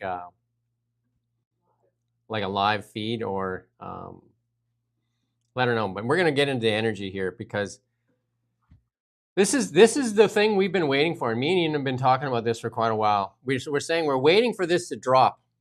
And Mark Carney, this carbon capture thing, and they're just starting to leak it out there now. And as our economy suffers and as the world screams for energy. Let's play this first clip here. Next question. Question, yes, sir. Hi, Prime Minister Callum Smith with CTV. Energy companies say your reforms will not lead to making Canada an energy superpower, as you've repeatedly stated. If your government and Alberta's can't even meet a self-imposed deadline fully on this MOU, what message does that send to potential investors, and why should Canadians ever believe you'll actually turn Canada into an energy superpower? That's a great question. A couple things. One, you may have missed the announcement with Alberta and the federal government yesterday, agreement in principle on methane reductions, which follows up on an announcement we made a few weeks prior to that. Alberta and the federal government agreed on a cooperation agreement. Both of these elements are critical components of the MOU. Which we signed in November. So we're making lots of progress, as the Premier of Alberta has referenced as well. She and I are both personally engaged in moving this forward as our officials. So the first thing is we're moving forward. Second thing is let's look at what's happened while this government's been here. LNG 1. That's good. That's good.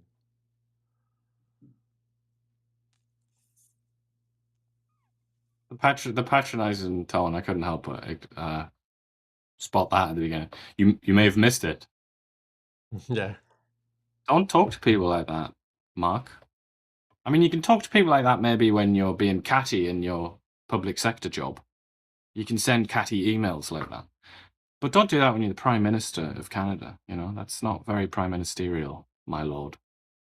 And then this is the important question on Alberta independence referendum. This is when his sit down here. He's asked, Would an independence referendum have an effect on investor confidence? Here, we'll play the clip here.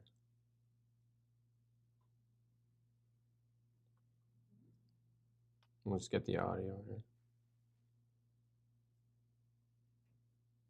We'll come back on that.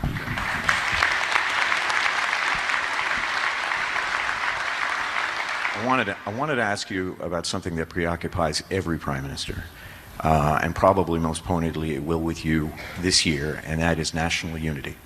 Potentially 2 referenda coming up this year, or at least there could be one in Alberta, and there could be at least an election provincially in Quebec.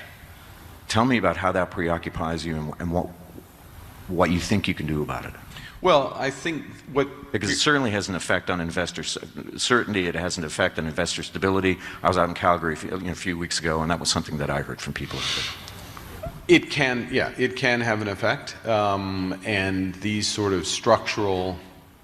Well, yes, this is a short answer. What do we do about it?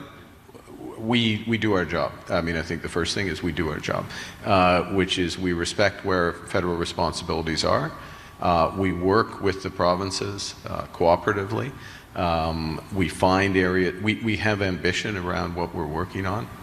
Like, you don't try to avoid controversy. You want to go straight to the heart of the issues. So, and you know this, and I'll take the example of Alberta, where there is, the real issues in terms of developing their energy potential in a fair way for Alberta, for Indigenous peoples, for, in the case of if something were related to British Columbia, for British Columbia, develop in a way that's consistent with the energy transition, right? And I'll say one thing. So we are doing. We've approved and accelerated some big LNG projects in Canada. More will come. The LNG projects that are moving forward are top quartile or top decile, and in some cases net zero LNG. When I say top quartile decile, I mean in terms of emissions. So they're amongst the lowest emission. We're looking to move towards low emission oil with Alberta through pathways and others. So we're embedding that element because it's the right thing to do, but it's also the long-term commercial thing to do, because the world wants low cost, low risk right now. Everyone's thinking about risk, low cost, low carbon energy sources, whether they're conventional or clean. That's good. That's good. Do they? There is a limit, isn't there? Everybody has their limit. Do they want low carbon? Do they? No, I meant. No, I know that. Carney. No, I'm talking about that. But I'm just saying, do they want that? Mark, do they want low carbon? No. The companies have spoken. They can't make it work for $20 a barrel taxation.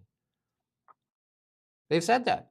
The Enbridge, But the Europeans, Jim, they've said they won't accept certain goods unless it's low carbon. Oh, wait a minute.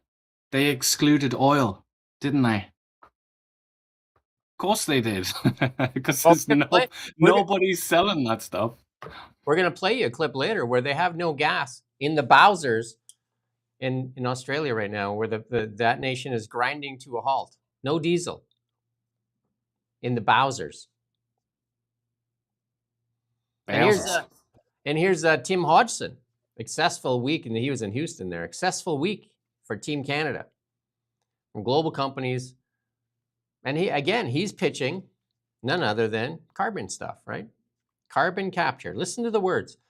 Energy Minister announced he will give out $28 million, your tax dollars, to fund carbon capture. Carbon capture. Because we know if you pull up to the Bowser and you pull it out of the thing and you stick it in there, you fill it up with carbon capture, don't you? Is that how you make it go? With captured carbon. The largest share of the cash will go to carbon capture projects. 2 groups in Saskatchewan getting close to 15 million. That's how you shut Scott Moe up. You keep doling them out little trinkets, right? Listen, Brookfield, go to the website, Go to like search BAM. Well, you can do it on almost any BAM, TSX symbol, BAM. And then get on the website, hit investor. There's an investor deck. Read it. Largest investor in climate technologies, carbon capture. The world leader in carbon capture. Mark Carney, most of his wealth tied up in BAM. Mark Carney, interested in funding carbon capture. Now, as an accountant, as a reporter, wouldn't one ask the question, does that seem like a conflict of interest? We're actually gonna like suppress our energy again and choke it off with bureaucracy? And the winner in this whole thing looks to be like Brookfield? Isn't that weird? Maybe CP is doing that story right now. Maybe that's why they had to kind of go over it on the Michael Moss thing, because they were busy working on this carbon capture story. Maybe. It is so strange, isn't it? Considering that the fact that this is, you know, we're in a bit of a struggle, aren't we? Economically, I think most people would concede that, and we really need bankers. We need stuff that we know works. But this is a throw of the dice, you know. Even if you take it on its own terms of, you know, even if you just forget about the arguments for its, for deploying it in the first place, just accept all that. The technology itself it's never really been deployed on a wide scale or anything like that. So it's a bit of a gamble. And let's be honest as well. If we're talking about economics and GDP and whatnot and growth, it doesn't really look like a growth industry, does it? Since the only revenue that it can generate is ultimately taxation. Cannibalistic, yeah, or like parasite. It sort of extract a little bit from other companies that do make money. It doesn't generate money itself. It's a parasite. But this show is the future. This show is literally the future. We were talking about this the day that Mark Carney decided he was going to run. We said carbon capture. We even did an explainer video. You can find it on our site. That carbon capture is going to be the biggest part of his platform. And here it comes. And, you know, he's kind of soft pedaling this out here. It's kind of a really bad time to put it out there when everybody's screaming for energy and nobody's screaming for carbon capture. I mean, that bus or that ship has sailed. That bus has left the station. The only person still pumping this is Mark Carney, because he needs to for Brookfield. Because in his thing, Alberta independence, listen to this, Alberta independence referendum would have an effect on investment, Carney says, but carbon market can help show how federation works. What? What Alberta oil man is saying? Good thing he pointed that out for me, because like that was awesome, right? Enbridge says, hey, we were nervous before. Well, that's it. We're in like Flynn. Canada would reap enormous benefits with a new oil pipeline to the West Coast, and that's a study.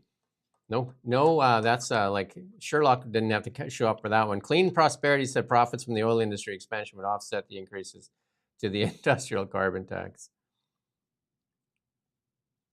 It's going to be all about it. That's where you're going to see. Watch CBC right now, CTV, CP, start running their carbon tax stories. They're going to go against the guys like the Fraser Institute. Canadian workers would have less income and fewer jobs with a 170-ton industrial carbon tax. So it's not only the carbon capture tax, it's the industrial carbon tax, it's the clean fuel regulations. It's just tax after tax after tax. I interviewed a winery guy yesterday. You got to go watch that. And all the taxes he puts up with. There's so many taxes that the poor guy has to put up just to make $1. Like, it's just crazy. So right now, I mean, this industrial carbon tax started, I think, in 2022 at $40. In April 1, it goes from 95 to 110. By 2030, it will be 170. Look at that increase in this carbon tax. It's an increasing thing every year. They don't have to do legislation. They don't have to do anything. It just happens. The same thing that's happening right now with the April 1 booze tax. It's going up April 1. They don't have to do anything. It just happens. And the same thing is happening right now with MAID. All these things are just set in motion. By 2027, MAID will be available if you have a mental illness. March what?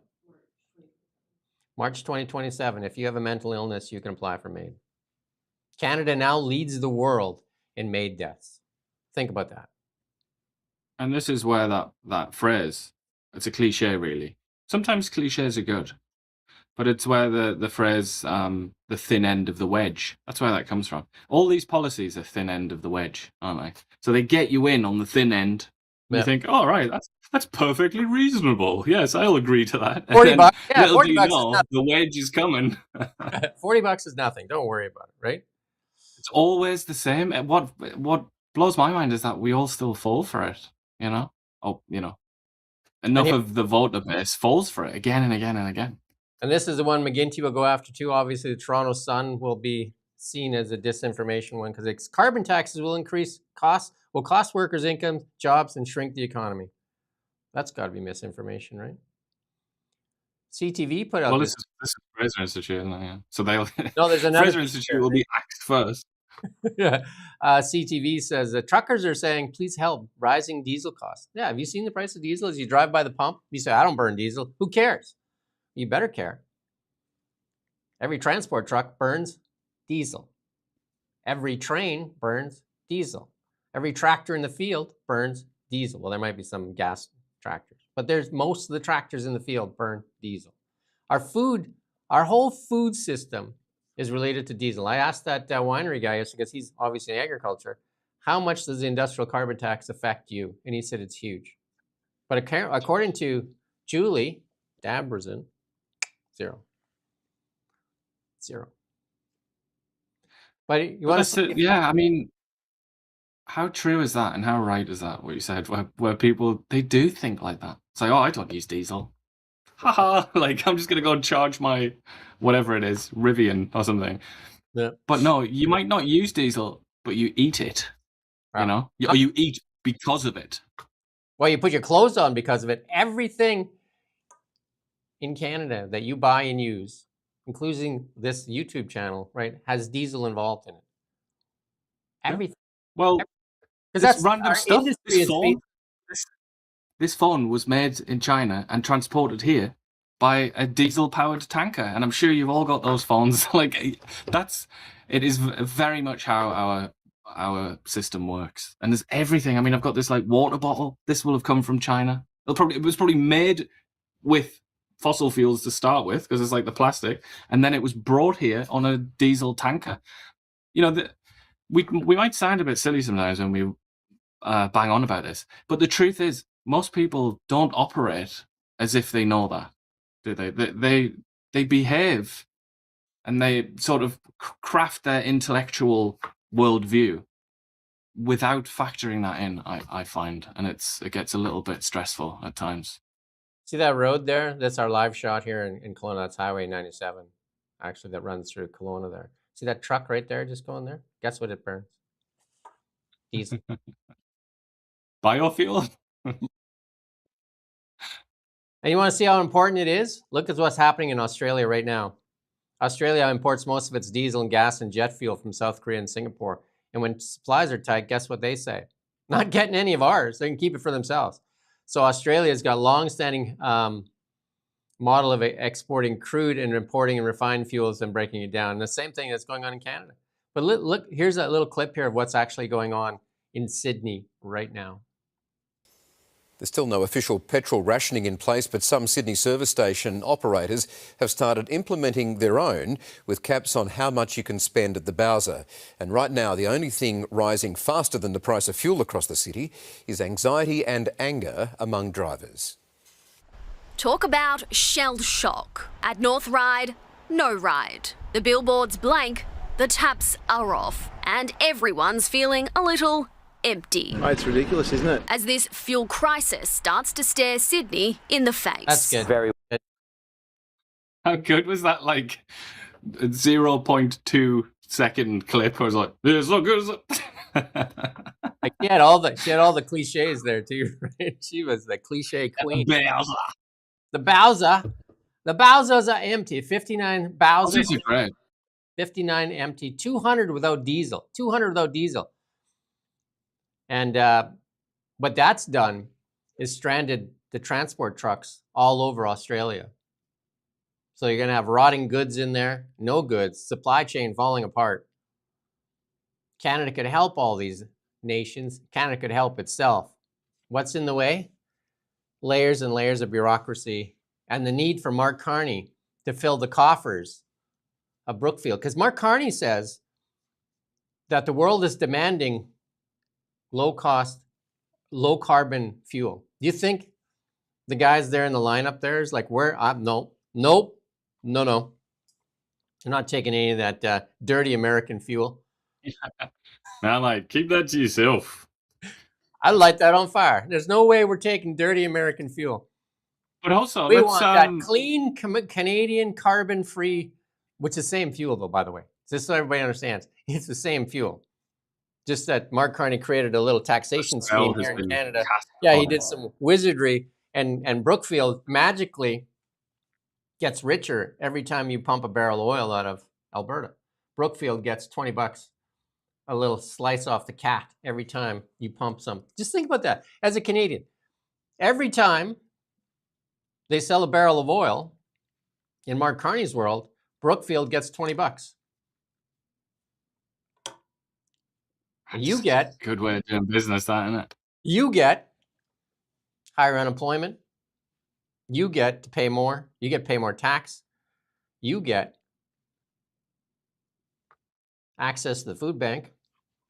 And then maybe they'll move you down in the category. Maybe instead of 12 million Canadians getting the GST food credit, maybe it'll be 14 next year. Maybe it'll 16. Maybe everybody will get that food credit pretty soon. We'll all be standing in line there with like, more, please. How does that sound? And then maybe we'll start wearing T-shirts that have the Liberal Party logo on them, and people that do that and express their gratitude will get an extra ration. You might even get some extra food. An extra scoop for you. But I just wanted to say, we're talking about Australia here and this crisis, because they do import most of their oil, don't they? And that they're vulnerable. Bear in mind that the OECD economic forecast that we looked at yesterday, I think it was yesterday, better than us, factored in the Iran war and still gave them, it was like almost double, not just better than us, like a lot better than. In fact, I think it was more than double, wasn't it? It was like 2.7. Anyway, healthily into the twos, while Canada lingers at 1.2%. So even without oil, somehow the Aussies are still better than Canada. So we're going to make it here right now. Andrea, is she good with coming in? Do we know? Or So I guess we're gonna, because we've got 5 minutes to go here. We got a few things left, so to get messy here. Sam Cooper, writing in Public Land Use Society, writes that the land title recognition accelerates across BC. Pro-Beijing lobby is openly courting First Nations investors. That's scary. So Beijing's two-state strategy targets Indigenous land claims, and resources to undermine Canadians' national sovereignty, as Mark Carney's PRC pivot makes it more dangerous. This is scary. Actually, I'm going to have Jeff Moyse in next week, and I think he's got somebody here from the... he's got somebody that's going to come into the studio, actually, public land use. So that'll be interesting. This shouldn't... I mean, I haven't read this article. Maybe I should. But I'm sure it's Sam Cooper. I'm sure it's interesting. But this shouldn't surprise anyone, because this kind of thing went on in the last Cold War, when it was the Russians, the Soviets. They targeted, I don't know about Canada, but certainly in the US, they targeted all kinds of different ethnic groups. Just any way that you could split society and put one bit of society against the other. They really try very hard to do that. Like black nationalists. People might be aware of that as quite sort of infamous episode where they tried to sponsor black nationalists to get them to talk about racism and, shoot people and stuff and do crazy things. So we have... This is the behavior of an adversary in a Cold War. So we have a choice here to make, Ian, because we got a little bit of international stuff. We can do a hard stop here, bring in Catherine, bring her in nice and friendly, and then we've got a few international stories that we can kind of finish up after. What do you think? Yeah, we'll do that. Okay, so we're going to hard stop here. So if you're watching us, we're going to hard stop here. It's going to be a really good interview with Catherine Swift. She's belonged to a lot of organizations here. So we're going to hard stop here. And then we're going to restart a new stream with Catherine, bring her in nice and friendly so that it's not like an abrupt thing. Because we're working on our abruptness, right? Yeah. Like, as we try to bring people in. So then we're going to, at the end of her, we'll probably put the other stuff in, then we'll clip them out and make them clips in that. But we do thank you for watching this piece. But remember that Catherine Swift right away, and we also have Jennifer Houghton later today at noon. We got lots, and we ask you to join us. So if you're on the stream right now, just go to the washroom, go get yourself a coffee, come back and watch Catherine Swift, okay? Thanks for watching Now Media. We'll be right back in like 3 minutes.